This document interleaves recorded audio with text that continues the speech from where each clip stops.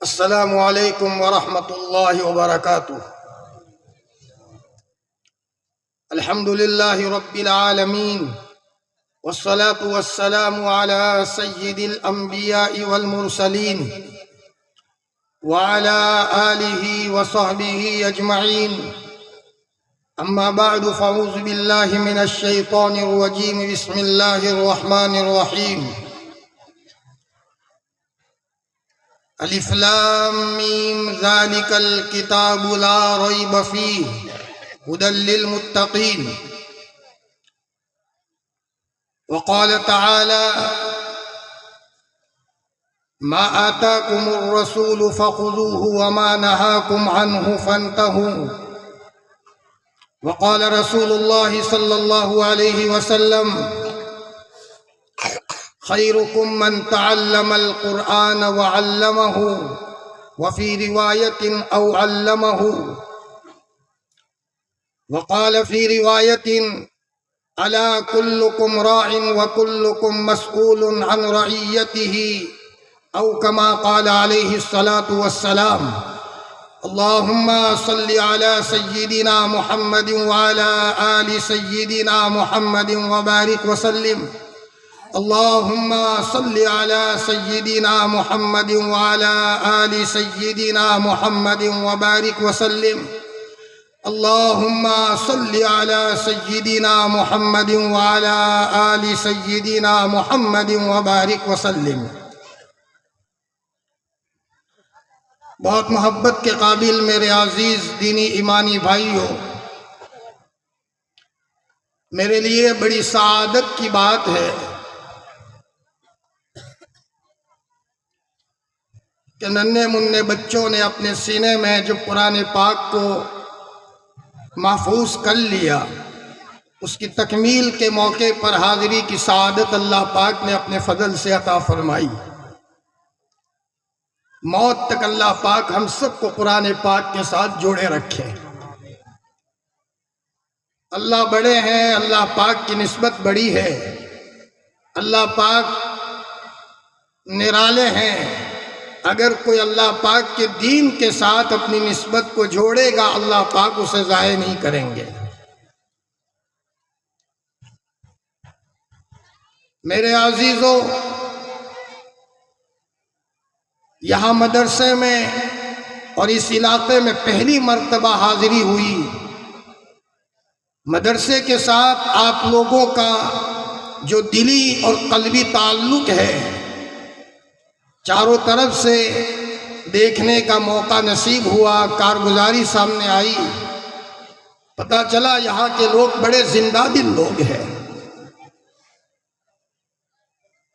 اللہ کے دین کی نسبت پر اپنے جذبات کی، اپنے مال کی بوڑھے لوگ، جوان لوگ قربانی دیتے ہیں۔ ہمارا اللہ ضائع نہیں کرے گا اور اللہ اس کی برکتیں ہماری نسلوں میں عطا فرمائے گا۔ وہ ذات شکور ہے، قدردان ہے۔ ایک گاؤں تھا، مثال دے رہا ہوں، ایک واقعہ بیان کرتے ہوئے کہ ہمارا اللہ کتنا قدردان ہے۔ ہم کیسی پاک ذات کو مانتے ہیں، ہم پتھروں کو نہیں مانتے، ہم کسی جانور کی پوجا نہیں کرتے، ہم آگ کے لپیٹوں کو نہیں مانتے۔ سمندر میں موجیں اگر آئے گی تو ہم کہیں گے وہ سمندر کی موج تو میرے اللہ کی مخلوق ہے، میرا اللہ بڑا ہے۔ ہم اس اللہ کی کبریائی کو مانتے ہیں۔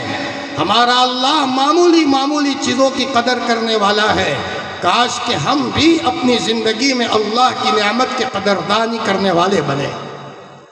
ایک گاؤں میں ایک بوڑھے میاں تھے، زندگی اتنی اچھی تو نہیں تھی، غفلتوں میں زندگی گزر رہی تھی، شراب پیا کرتے تھے۔ پورے گاؤں میں مشہور تھا کہ یہ بیکورڈ آدمی ہے، شراب پیتا ہے۔ شراب پیتے پیتے اس کی ہڈیاں اور پسلیاں بالکل سڑ گئی، مرنے کا وقت قریب آیا، پورا گاؤں تنگ آ چکا تھا۔ سب لوگوں نے اعلان کیا کہ جب ان کا انتقال ہو جائے کوئی جنازے کی نماز نہ پڑھے تاکہ دوسروں کو عبرت ملے۔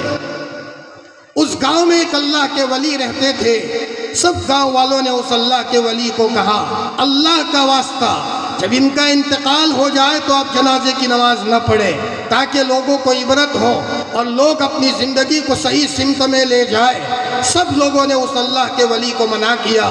وہ بوڑھے میاں شراب پیتے پیتے مرنے کا وقت قریب آیا، مر گئے، جنازہ پڑا ہے، پورے گاؤں نے بائیکاٹ کیا تھا، کوئی جنازے کی نماز نہ پڑھے۔ اس اللہ کے ولی کو نیند آئی، وہ خواب میں دیکھتے ہیں، اللہ پاک نے خواب میں آ کر کے کہا سوئے ہو، میرے ولی کا انتقال ہو گیا ہے، جنازے کی نماز پڑھا لو۔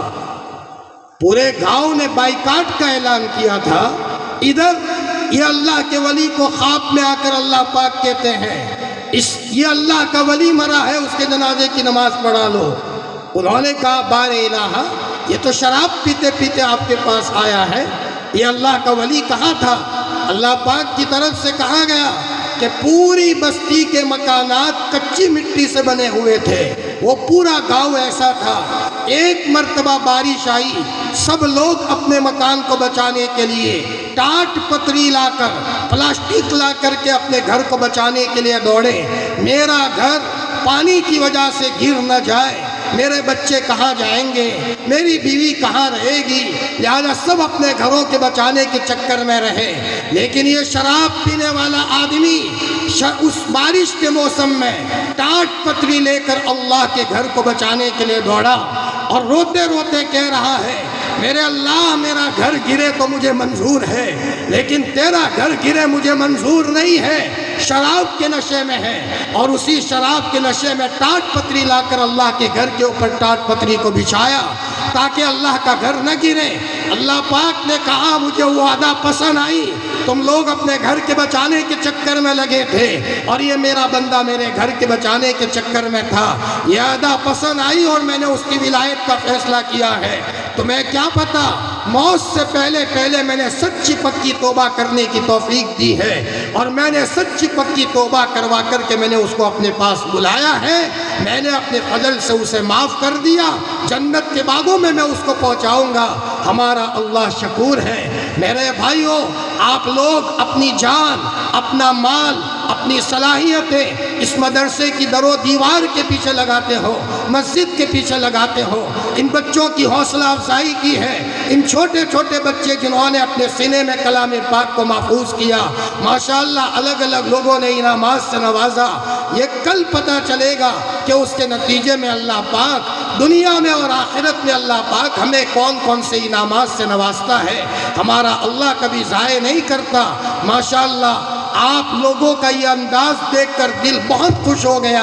اللہ پاک ہر اعتبار سے اس علاقے کو مالا مال فرمائے، ہر اعتبار سے برکتوں سے نوازے، ہر گھر میں دین کے داعی اللہ پاک پیدا فرمائے۔